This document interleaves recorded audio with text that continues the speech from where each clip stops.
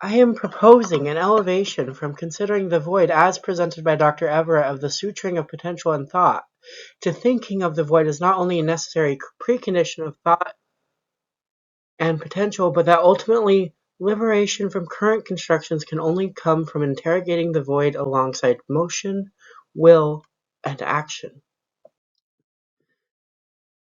To understand this, let's zoom out. By zooming out, we can look at a visualization of the topology of potential. This topology comes from my thinking on the void as all its many meanings. It came to be as I was thinking and experiencing Dr. Everett's second lecture on the void, about Hegel's logic. The elements are something, capital B being as agenthood as thought times action, times arrow as movement through thought and deed. The river of determination relates to Hegel's ideas of relationships making meaning. Then you have the void as an object which is discrete from the void as empty space. The void as object is our attempts to think the void. It is the discrete from the void as empty space, which is nothingness, the discharge of power, and the raw potential of a blank slate.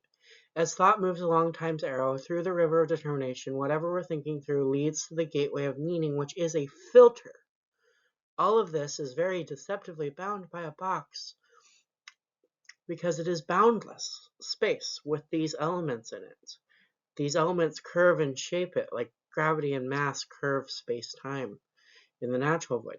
The topology of potential is potentially revelatory, but I look at it as more than just thought, but instead how does that affect the lives we live? To understand the topology of potential's component parts, we can look at each through the lens of a question. The question attempts to define or relate the part. Something becomes the question, what is something? Being becomes the question, what is the being? Then we can look at the relationship of movement and time. We can ask if rivers are different from movement. We'll then discuss the void as object and the void as potential, touch on epistemology and the authority that determines what is knowledge, and circle back to our zoom out with the landscape of thought. In my conception, something is the material world, these things we experience here in the real world, the substance and sum of our lives, and the lives of those around and before us. It is also the composition and makeup of the natural world. Something, as I conceive of it, in the topology of potential, therefore has to do with the natural world, those things that exist and are. Something on its own is incapable of challenging or considering those things that exist and whether they were built and by what forces. This brings us to two questions. Does the natural as something interplay with the natural void? In short, yes, because the world is a collection of matter that slightly curves space-time around it, and is surrounded by empty vacuum with other cosmic objects around it at varying distances. The second question is, does the natural void interfere with the conceptual void? This is asking of physical and astronomical sciences. Our understanding of outer space as the voided vacuum it is. Does this interfere with our ability to conceptualize the void as concept? This is a conditional yes. Conditional only because the understanding of the natural void can and could change. It has in the past. Thinking materially, therefore, somewhat gets in the way on the first level of thinking conceptually. Being, as I conceive of it, is agenthood blended with individual thought and will. More specifically, it is living action. This brings us to questions such as, does our socially constructed reality we must navigate as humans in the material world immobilize our potential and limit what acts we could potentially take? This is an emphatic yes. Yes, social constructions limit us in thought, in will, and in action. Therefore, the social context we exist within determines our degree and powers as agents. The second question here has to do with history and norms. Again, this is a yes. Yes, history and normative experiences and expectations limit our thoughts, will, and action. I think of time as the clinamen plus movement. For Professor Everett, the clinamen seems to be atoms, not matter's atoms, moving with some randomness, with Lucretius's swerve. It is the randomness that in turn gives birth to chaos and free will. Movement is action, motion, and embodied chaos. When we act as agents, as beings, we are drawing on the ability to perform actions and motion, which requires a degree of chaos to exist. In my argument, if everything is perfect, ordered, and logical, then nothing can happen. Time doesn't care what you think, and you can't escape it. It shapes our experiences and pushes us along from moment to moment with no means of return. In short, time is inexorable. It does not care for your pleas. We must navigate our lives within the chains of time.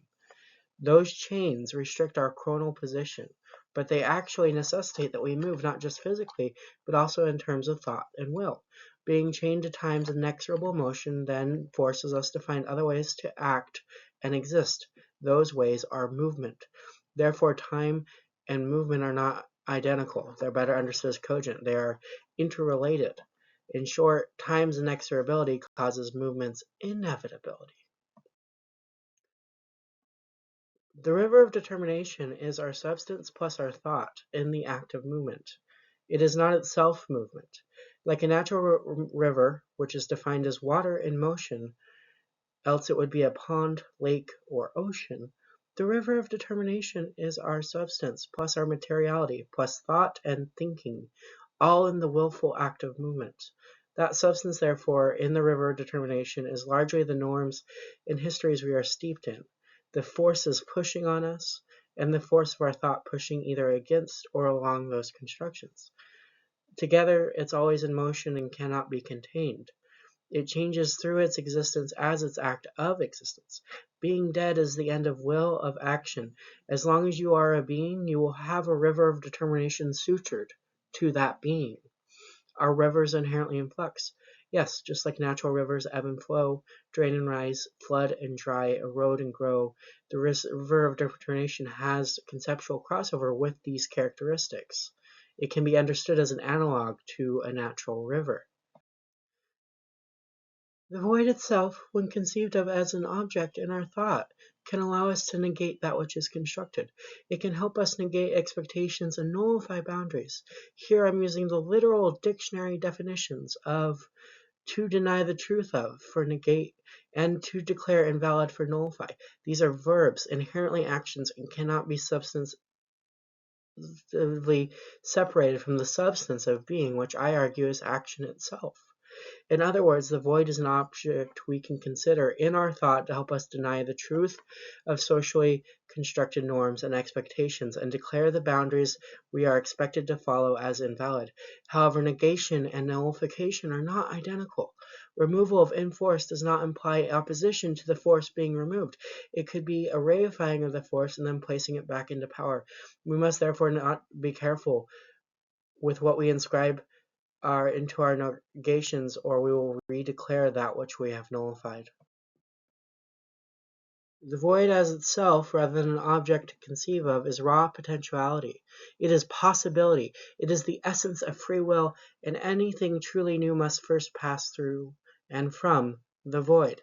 Therefore, the void, which expressly contains nothing, contains the material we need to build liberation, the substance of what is. The existing constructions we are forced to navigate as social beings cannot change itself. It must be negated and nullified, otherwise it reproduces. Norms, expectations, social orders, the state, all of these are self-reproducing. In other words, only the power of a blank slate, which comes from the void, only a blank slate can truly be indeterminate, and only the truly indeterminate can alter this world on a fundamental level. The natural void that is outer space is an infinite and ever more rapidly expanding universe which we are situated within materially. It'll never be possible to know all of it, and there is potential for inevitable newness within it. Things we don't know, things we can't know, things we can't describe, all exist in the natural void. We may define one only to inevitably find limits and exceptions to the definition we just made. The same is true of the raw metaphysical void. I would also argue there is beauty in nothingness, in the potential of a blank slate. Meaning is an authority. Authority is a limiting power. Gatekeeping requires power, which requires force. Yes, exclusion and force are inherent to the nature of power, and gatekeeping as a power relies on an authority to underpin it. Meaning, knowledge, both exist and are constantly challenged and filtered by the standing powers. There is an epistemic control of social beings, that is, humans. There is an epistemic boundary that is forced upon humans. If thought is boundless and landscapes are boundaries, then landscapes of thought are therefore self-imposed limits. Yes, thought can be mapped, but no mapping can ever have full fidelity. There is no such thing as a perfectly detailed map of all of a thing. Let us look at the mapping of the topology of potential once again.